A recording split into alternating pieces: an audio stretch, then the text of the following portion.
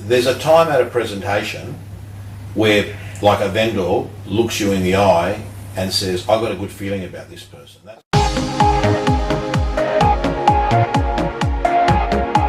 Hi everyone, I'm so excited. We've got one of Plate's top agents, Tristan.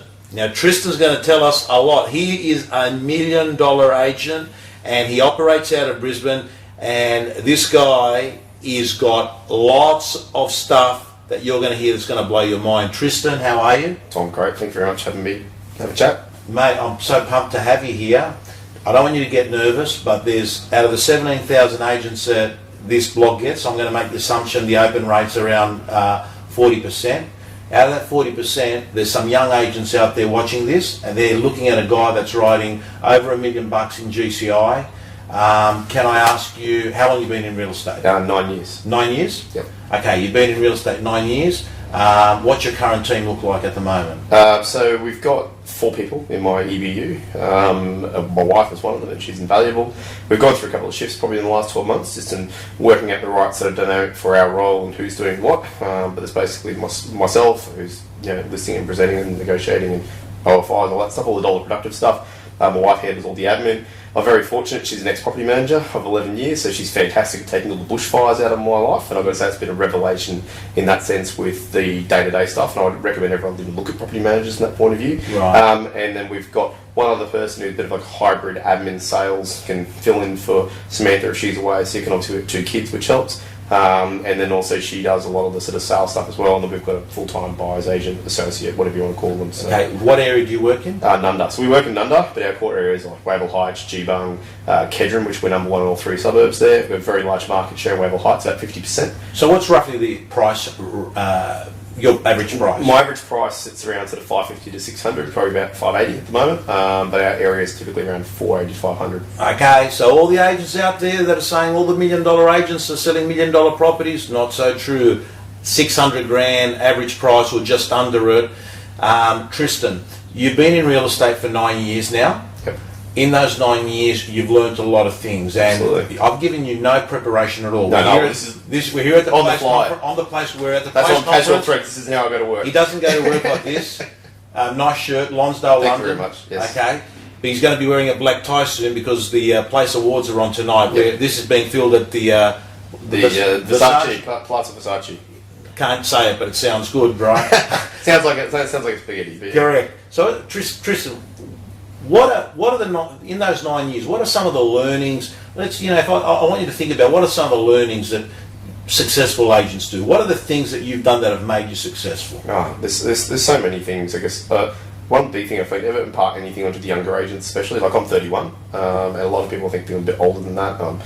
To all the young agents, don't be afraid to learn from your elders and your peers. There are some amazing agents out there. The one thing I've always found about top agents is they're all open books, but I think a lot of people are afraid to approach them like there's some immortal football player, but most of them are really decent people and will actually open up to you quite a lot. So I've always sort of picked bits and pieces. I could quote 15 agents here. There's probably 3 that have been really inspirational to me. Andrew Dean in particular. As a competitor particularly, he really used to annihilate me in the marketplace. I started in Paddington and he's always been a top agent in the country.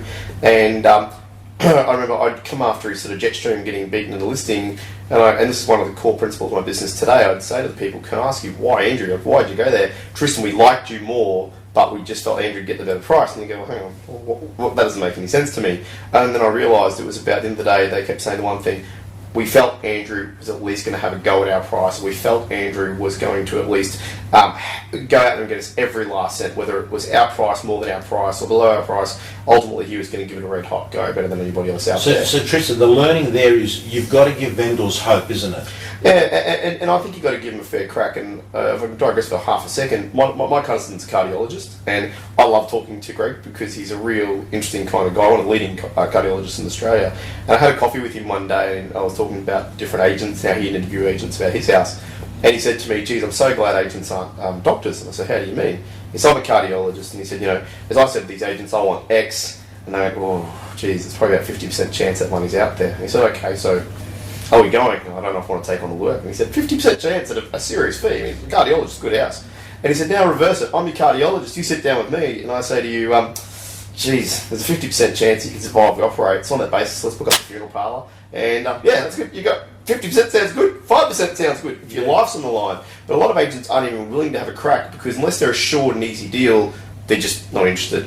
And I've got to say, I think we really Stephen Bradbury a lot of listings in our team where we've walked in and the first 3 agents prior to us have just spent the whole time arguing with the vendor on price, and our best advocates are built from the ones where we didn't argue. We said, let's have a crack. We're not worried about price, we're worried about the process. Let's go out there and just hit it hard as we can. So at the listing presentation, there's a key takeaway point, viewers. Talk process, not price. Absolutely. Don't get into the debate. You're right, I'm right. It's not a ping pong match on who's right. It's not, and I say to my vendors all the time, you don't need to pay me 2.5% of the balance, whatever commission we're charging, of the value of your home to tell you your house is worth what you want. A buyer will come in here and do that for free.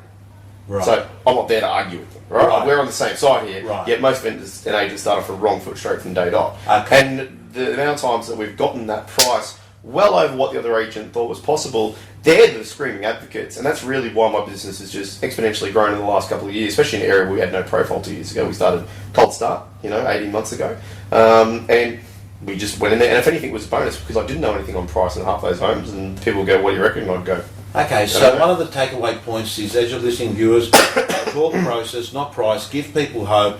Don't sit there and say, our job is to work out the price today. The job really is to work out who's going to be the person discussing the price with a buyer. That's really what the conversation's about. I had a great agent from South Australia back in my hardcore day say something to me. He goes, most agents try and be valuers. People hate valuers. He said, we set ourselves up to be villains from day one because we try and be a valuer, not an agent. And I think there's a very big difference. Correct. Yeah. Tristan, number 2, what else is it that you think good agents do?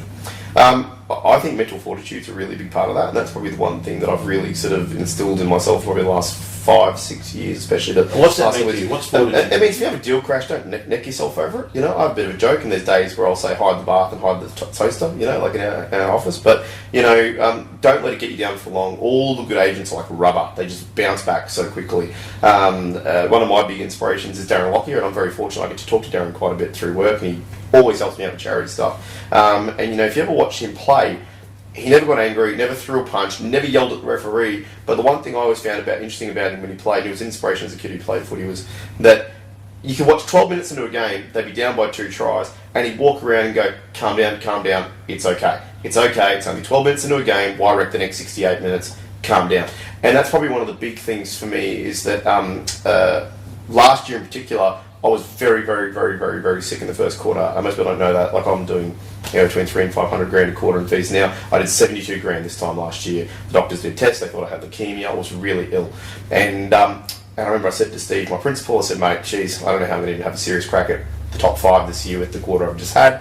And I said, I'm going to have to go away a bit of time to reflect. And I looked at it and went, it's 1 quarter of 4, but it's so easy to write off a number, whether it's self-sabotage or write off a year. It's just so easy to go, nah, don't worry about it. And I was very lucky. I had great support from my principal who said, okay, well, are you going to give up? And I said, no, I'm not. He said, okay, well, what do we need to do to get you back on track? We need to really sort of turbocharge you this year, and he really forced me into going to a bit bigger EBU than I already had. But to me, Tristan, what you're saying is don't let a bad day make it look a bad year. Everyone has bad days, and every time I have someone who yells at me about something in the mail, I've got a letterbox dropped from you, and it's the end of the world, and I go, really? Before you hang up, I want you to ring the oncology ward at the RBH, and I want to tell them how bad your life is because you got a flyer in the mail. Just take a reality check for a second. There's so many people out there have way worse days than us. Number 3. Yep.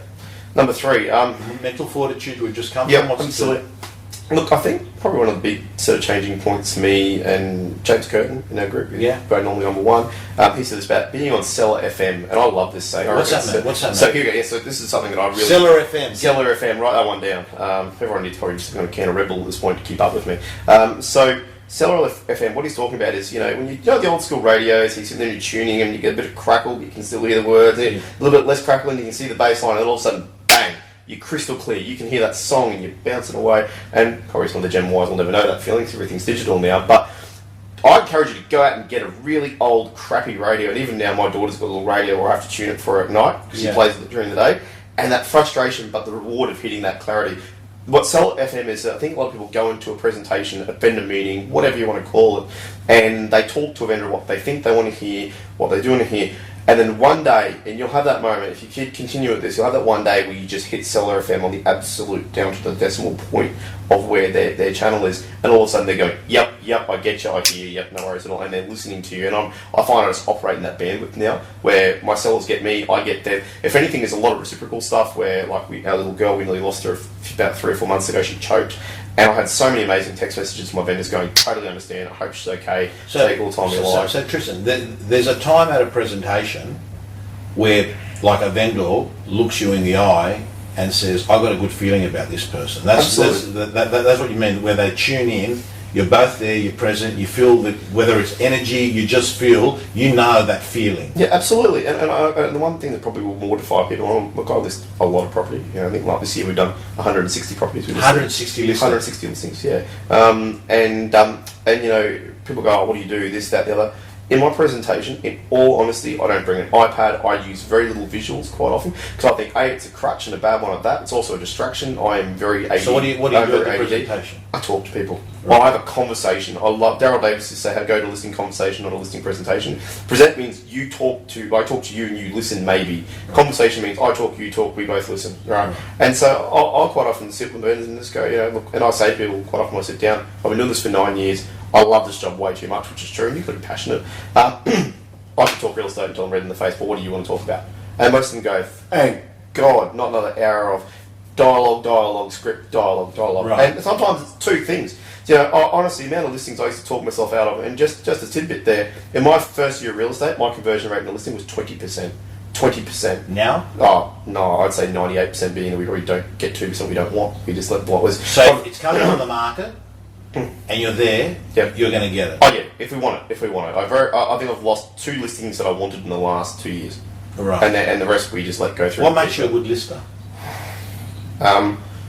Not being afraid to lose, I think is a really big thing. I think a lot of agents really put too much stock in a particular listing. There's listings where I go, I want that one, or I like that one, or I more it's people more than anything. I love the people who work for. I get excited about a $300,000 unit for people with good value to work for. What do you say to an agent out there right now that's watching, that's thinking, you know, this guy's got 160 listings, and that's working out to, you know, I don't know, 15 a month, but I'm struggling to get 4 or 5 a month, or 6 a month. What would you say to that person? What would you say to that person to get you know? Because a lot of people aren't at 1, 2, right? There's a lot of people you're watching at 150, 200. Well, I was at 750 this time last year. 750. So you got 750 to 1.2. Yes, correct. Okay. Yeah. So nearly doubled. Yeah. Or close enough. So what do you say to someone that's at 150, 200 to go to the next level? Should they put on a PA? At that point, 150 to 200, I probably wouldn't. Right. I'd say a few different things. One, it took me 223 phone calls to get my first appraisal, so no one's born a genius prospector. Invest in marketing in yourself, for starters, because one, it will make you go and earn it back. It really, really will, especially when you're not making much money, I can tell you that. You're good at VPA, aren't you? Yeah, absolutely. It's look, I'm good at VPA if it's the right thing to do by your seller. I hate the term vendor paid advertising because it almost insinuates that the vendor's marketing you, right? I'm a results-driven person, so if you're a vendor and I'm talking to you, I say, Tom, you know, we all sit there and go, we care about the price and we care about this, and most owners go, yeah, right, okay.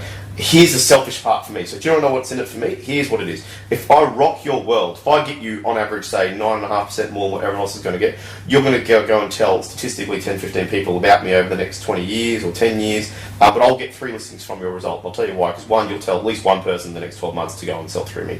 2, the buyer will give me their house to sell, and I think it's something like 30 of our sales last year came from the buyer who bought through us. For me, that's the ultimate flattery. That's the buyer of going, you got me. You got everything I had, right. You got me, right? You know, you did a great job, I want you working for me. And I've had buyers say, I want you to do to me what you just did to the buyer. So what you're doing is you're saying to the vendor, like, I'll get referrals off you, I'll also sell your house, and I'm going to pick up... And the buyer will give me their place, and the third one is someone down the road's going to go, holy moly, you got that for that. And I reckon in probably of the 10 presentations we do, or meetings we do, 7 of them are one of those 3 categories, where they'll go, yeah, actually, I'm the one that went, yeah, hey, you got that down the road. Raving fans. That's just talking about it. Yeah, absolutely. And I think we underestimate how important it is to be good on the job that we're on at the moment. And we always worry about the next listing. I'll promise you now, and I was very lucky. When I first got into real estate, for my first couple of months, I hunted down some of the best agents in the country. I got to meet Bob Wolf. I had a really good chat with Bob Wolf. My favourite memory of Bob Wolf is at 3 in the morning, Harcourt's conference, absolutely drunk as a skunk, staring back the hallway to go to my room, and there's Bob Wolf in a hallway going, shh, because he was on the phone doing his vendor calls at 3 in the morning because the time difference in America lined up so he could, like, they thought he was in the country. He is just driven as driven gets. Outwork the competition. Outwork the competition, the discipline. And so, you know, if you wanted to go from that sort of 150 to 400, and I really had that, I've got to say, I had a really good sales manager who, Adrian Kerwin, hello if you're out there, Adrian, he really just grabbed me by the scruff of the neck, and he actually taught me about basic business principle. I reckon if you could take someone from something like a basic retail store and put them in real estate, they would murder it, because they've learned the concept of you get stock, you sell stock, you replace stock, you get it. And it's funny because my grandfather owned a very big retail business for R&B. This guy goes 1,000,000 miles an hour, doesn't he? Yeah, so Red Bull 2 cans. This guy, two Rebels. Yes, but How much, do you drink a lot of caffeine? coffee in the morning? No, I'm just naturally like this. Yeah. You know, the funny thing is that, you know, you get taught how to replace stock and so forth, and he really taught me the basics of it. And he said, you know, I'm going to give you a challenge. And I said, what's that? And he said, for 6 months, I want you to make at least 200 calls a week. This is back in the cold calling days. And he said, it's not going to be easy. It's not going to be fun unless you're a lunatic who enjoyed it, which I actually do. And he said, but I promise you this. He said, you do this little 6-month apprenticeship.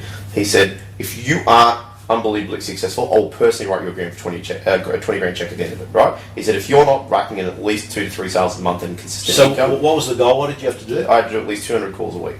Right? 200 calls a week. And he said, or, and this is really important, I think, or he said, I want you to be doing anywhere between 15 and 20 appraisals a week, right? And I went, okay.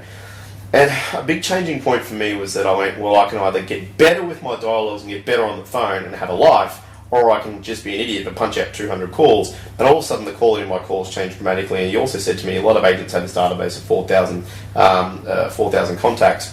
And he said, can I ring your database? And to prove the point, I said, yeah, no, a database of 3,000. He rang someone and said, oh, hey, it's Adrian here. Just want to see if I can give you an appraisal. And I went, actually, yeah, sure, great. No mention of me, right? And he said, here's my database that I've known for 10 years. He said, ring anybody at random. And I don't even think I got to finish the first sentence. Hey, hi, it's Tristan from Hardhawks back then. Adrian is my agent. Click.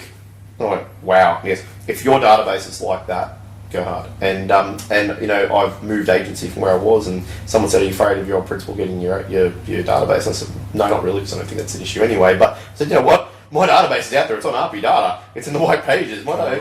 Go your hardest. Ring my clients. Door knock them. I have agents aggressively try and take my listings. We have people just pretty much saying that we kill kittens for sport at the moment to try and break us in the marketplace.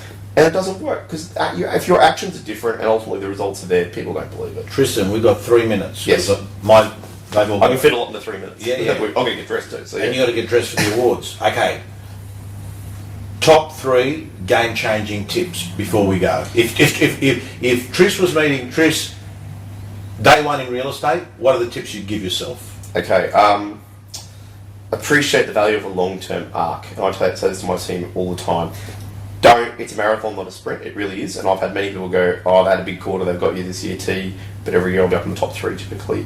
Appreciate a long-term plan and the arc, and take satisfaction when halfway through that little arc that you're doing, or the big arc that you're doing, it's starting to pay off, right? You know, it's like farming. Do anything outside of real estate that's a long-term thing. Learn an instrument, play a sport, all those things where you get better and you get better and you get better. I promise you, real estate is no different to anything else. If anything, real estate is a bit like breaking through that sound barrier. Once you get past that sort of 300-400 grand a year fees, there it gets much easier and much easier, and you just grow faster. But it's very hard to go back from that unless you just shot yourself on the foot. Number 2? Number 2, the prospecting side of things. And I say this to my team all the time, especially when I induct a new person to my team. Don't try and be me. Okay, don't try and sound like me, because I don't think anybody can talk that fast. But don't try and be me, because you will sound like me through you, right? The message is the same. It's from different agent to different agent, because sellers don't change from state to state, country to country. I've sold houses where once I won that suburb, and I sold it for record. So you're saying try just get the message. I don't like the term dialogue, because people go and go, Mr. Seller, and I think sometimes they accidentally throw out my name's Danny Grant from I'm not sure, because they're saying it word for word, you know. And I have people say all the time, you're the first person to talk to us. Everyone else was just so robotic, Tristan. Right. Get what you want to say and then say it in your own words. And we used to work with a young guy years ago, a Vietnamese Australian guy, and his English wasn't 100% perfect, but geez, he was a good bloke. And he used to flog agents who were polished and thought they were phenomenal, etc. You know why? Because he was himself. He was genuine, and people just went, authentic. What you see is what you get. Authentic. And you know what? The message was still the same. I want to work for you, get it. And when they rang him at 9 o'clock at night, no matter what language he had said that in, they would have gone, you're busting your backside for me. Okay, so the takeaway point there, if you're going to be using scripts and dialogues or language, you internalise them, you conceptually learn them, and what you do is you make them sound new. So in fact, what you're doing is saying the same thing, but it's coming through your voice, the way that you speak, your tone. Number three. All right, I'm going to give one of the big ones here. You have to have multiple sources of listings coming into your business, and the big one for me is still the existing stock we're using, whether you happen to happy seller, the buyer, they did a great job. Current listings, but there's multiple mail outs, all these different things allow us to have 160 listings. All going at the one time. All going at the one time. We worked it out. So can we just run through the things that you're doing to have? So you've got current listings, you've got mail outs. Yeah, mail outs. Other agent stock it's not selling, and I don't mean getting the owners here. We never ring other agents' listings, despite what probably every other agent thinks. We don't. We really don't. We will send out a letter, and the letter doesn't say, "Oh, this took me years to get on Seller FM on this, right?" They'll say, "Oh, you made a poor choice in agent," or we can do it better. We say to people, "Can we help you?" That's literally what can we help you. Full stop. Can we help you? And that's all it is. Can I help you sell a house before or when you're on the market? Do you need some help? And that's all it is. And people will come through my open homes and go, "We're selling with them at the moment. How you going? Oh, struggling. Do you want some help?" That'd be great. That is literally it. There's no big secret to it. So other agent listings, again, it's only a small portion of it. When the market heats up, it disappears. So if you build your business on that, you're not long for this market, in my opinion. Your existing stock and your existing clients is huge. Love the hell out of your clients. We do some awesome stuff. We give out gingerbread houses at Christmas time. We just gave away $5,500 in Eka tickets. And now, from someone who hasn't come from an inherently wealthy background, like my parents were great people and worked the guts out. Mum worked for Customs 25 years, Dad worked for the Narcos and for Social Security, and both prosecutors, which is interesting. Right. So yeah, it makes you a tough negotiator when you grow up with that. But the point I make is that I get great value when I get someone who goes, "You know what? Without you, we wouldn't be able to take the kids to the Eka this year." That's like the raw. So it gives you a real high. That's awesome. Why not? I think we take this job way too seriously. I have so many agents that walk in and against me, and they think being serious and being like this will win you the business and have a laugh. All right. So we keep going, but multiple streams. Tristan, thank you. Thank you so much. Enjoy your night. You've just heard from a $1 million agent selling 550, 600,000 average price. Thank you. See you next time. How do you handle, Travis, when you're at a listing presentation and the vendor turns around and says, "You're dearer"? You've gone through a process and you explain it to them. You explained it to me before really well. Can you articulate it again? How do you, explain it to the vendor that you're in fact better value?